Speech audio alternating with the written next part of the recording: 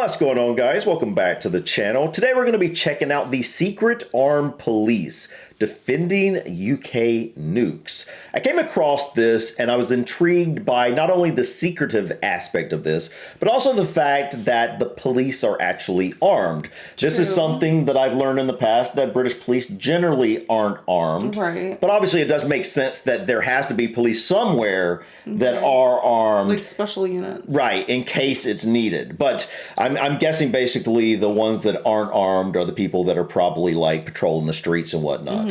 Which is mind-blowing on its own, considering, you know, here, I've literally never seen a police officer not armed. Me either. Like, unless, I mean, well, I was going to say unless they're off duty or something, maybe, but even then usually they're carrying. So. I mean, a lot of our security guards probably aren't armed. But security is not police. Right, so. right. So this is going to be fascinating, guys. Not only that, but also the defending UK nuke. So I'm guessing there's a lot here going on. There is a lot here going on. I'm not sure what that really means. Is that really what these guys are? They literally defend nukes, or is that just a completely different part of this? Echo X-ray 18, Foxtrot Yankee Mike, stand by. Oh, police! Show me your hands! Okay. It's getting real. Oh, police, stay where you are! Don't move, stay where you are! Stay where you are! Stay where you are! Keep your hands where I can see them, do not move, stay where you are! They are not military police. I think the MDP's one of the best kept secrets, to be honest. You see a police car go by, you don't look at that closely at the badge on the door. I don't think it's widely understood what the force actually does and what capabilities it has. Put your hands on your head and lock your fingers. That's a The Ministry taser. of Defence Police, or MDP, are a unique civilian police force, providing policing and protection for people, key sites and assets for the MOD. The force consists of around 3,000 officers spread across the country, protecting everything defence-related, from married quarters to nuclear submarines. For the national security of the United Kingdom. Okay, but the interesting thing is, it said they're doing a number of different things, including protecting nuclear submarines, but they aren't military police. Right. Wow. It's interesting. That is interesting. And 3,000 of them in this secret unit. Yeah, well, not so secret anymore. Well, yeah, obviously. But I think it's interesting. Did you catch, they announce, I don't know if they do that every time, but they announced armed police. Oh, yeah, I didn't even notice that. Because I guess it's, you know, not the norm. So wow, that's interesting. Let them know that they have a weapon. Wow, that is interesting. They are critical. Oi, Johnny. Although it's not immediately obvious that these are not the regular police, there's one key difference. The MDP carry firearms. Before we start, any reason why you shouldn't be armed this morning? No, all good. 1X2, 1 Glock, 1 C8. Officers are armed with the Colt C8 as their primary weapon system, plus magazines. The Glock 17 Gen 5 is their secondary weapon system, magazines on the belt. They are packing! Okay. And pack, also wired up beneath the body armour to a camera on the head. They also carry baton, handcuffs and incapacitant spray, like the regular police force. Okay, these guys are packing. Oh my goodness, wow. All right. All armed officers carry an array of equipment which provides them with various options from their voice and their own demeanour and their way of negotiating with a person. That's one way of diffusing a situation, right up to the other end of the scale, which is the recourse to lethal force. Stay where you are. Police officer with a taser. You've got 50,000 volts pointing right at you. You've got 2 red dots on your chest. Look at them now. Is this training? I don't know. We're civilian police officers, you know, we're not above the law. We're working under the Queen's peace, not in a war zone. Former Navy man Russ is a firearms instructor. Today he's playing the role of an armed subject, which he says is essential for instructors to see close up where students go wrong. Although there are similarities with his previous military career, there are also distinct differences. When I was serving in the armed forces, we had rules of engagement cards that basically said what you could and couldn't do, when you could shoot and when you couldn't.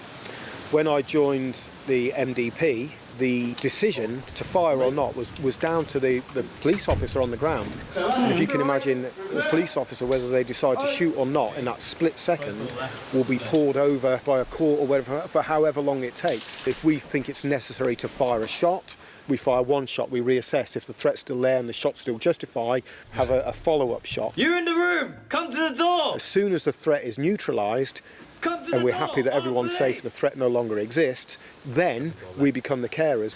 So the next tactic we're going to show you is a 2-vehicle contain and call out. We've got one subject vehicle, a white van, with one white subject inside. He's been known to carrying firearms. We're going to do our best to stop that vehicle, contain it with the police vehicles, and then try and talk him out of the vehicle. What's actually going to happen, he's a very, very angry white male in that van. Like, how do they know? Point the gun at our subject, our officers, and they are going to hopefully use some form of force to stop that. If it all goes correctly, this should be a shoot scenario, and then we'll go on to a bit of first aid afterwards. Oh, police, show me your hand! Back off! Now! Back off! That would be scary. Even if it's training. Like, Yeah, no doubt. We get an ambulance coming. If we turn up and we use excess force, we fall sort of one side. If we don't use enough force and somebody gets shot or seriously injured, then we'll be criticised either way. So we really do walk that knife edge. Exercise command. Contact, front! There you are. Get back. We're looking after infrastructure that, dang, he's got 3 in the guns. wrong hands of the wrong Did people, you see his could be biceps? detrimental to the world. If you can imagine, atomic weapons establishments, Clyde submarine bases are policed by armed MOD police officers. If they were compromised, that would affect the whole, the national security of the UK. So, yeah, it's critical. Wow. Okay. This is pretty eye-opening because... It seemed very militaristic. Yeah, That's interesting. it did. I'm wondering, I was thinking about this, I know that in the past I've heard that, for example, the London police, that the ones that are on the street, they aren't armed, but supposedly they can call in the armed guys in a moment's notice and they can be there very quickly. Right. Is this who they would be calling in?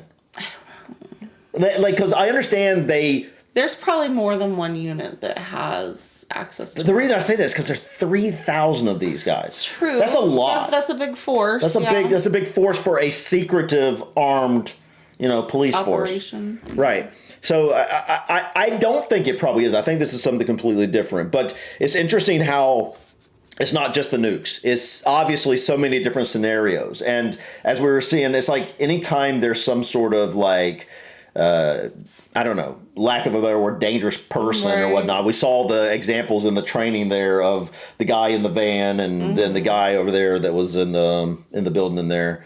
This is really interesting, guys. I like looking at this type of thing. I like looking into first responders and, anything like that. So please let us know in the comments, what do you think we should check out next in terms of police, military, even stuff like EMS, fire. I like looking at all that stuff. And issue. Yeah, RNLI. RNLI, yes. I love looking at that too. We need to look into some more of that as well. But guys, very interesting. Like I said, I'd like to know if these are the guys that, and a regular police officer in London, Manchester, Liverpool, anywhere else, if they needed backup that was armed, would that be just their local police? I don't even know what you call it over there. Precinct or whatever. Or would it be these guys? I'm guessing this is completely different.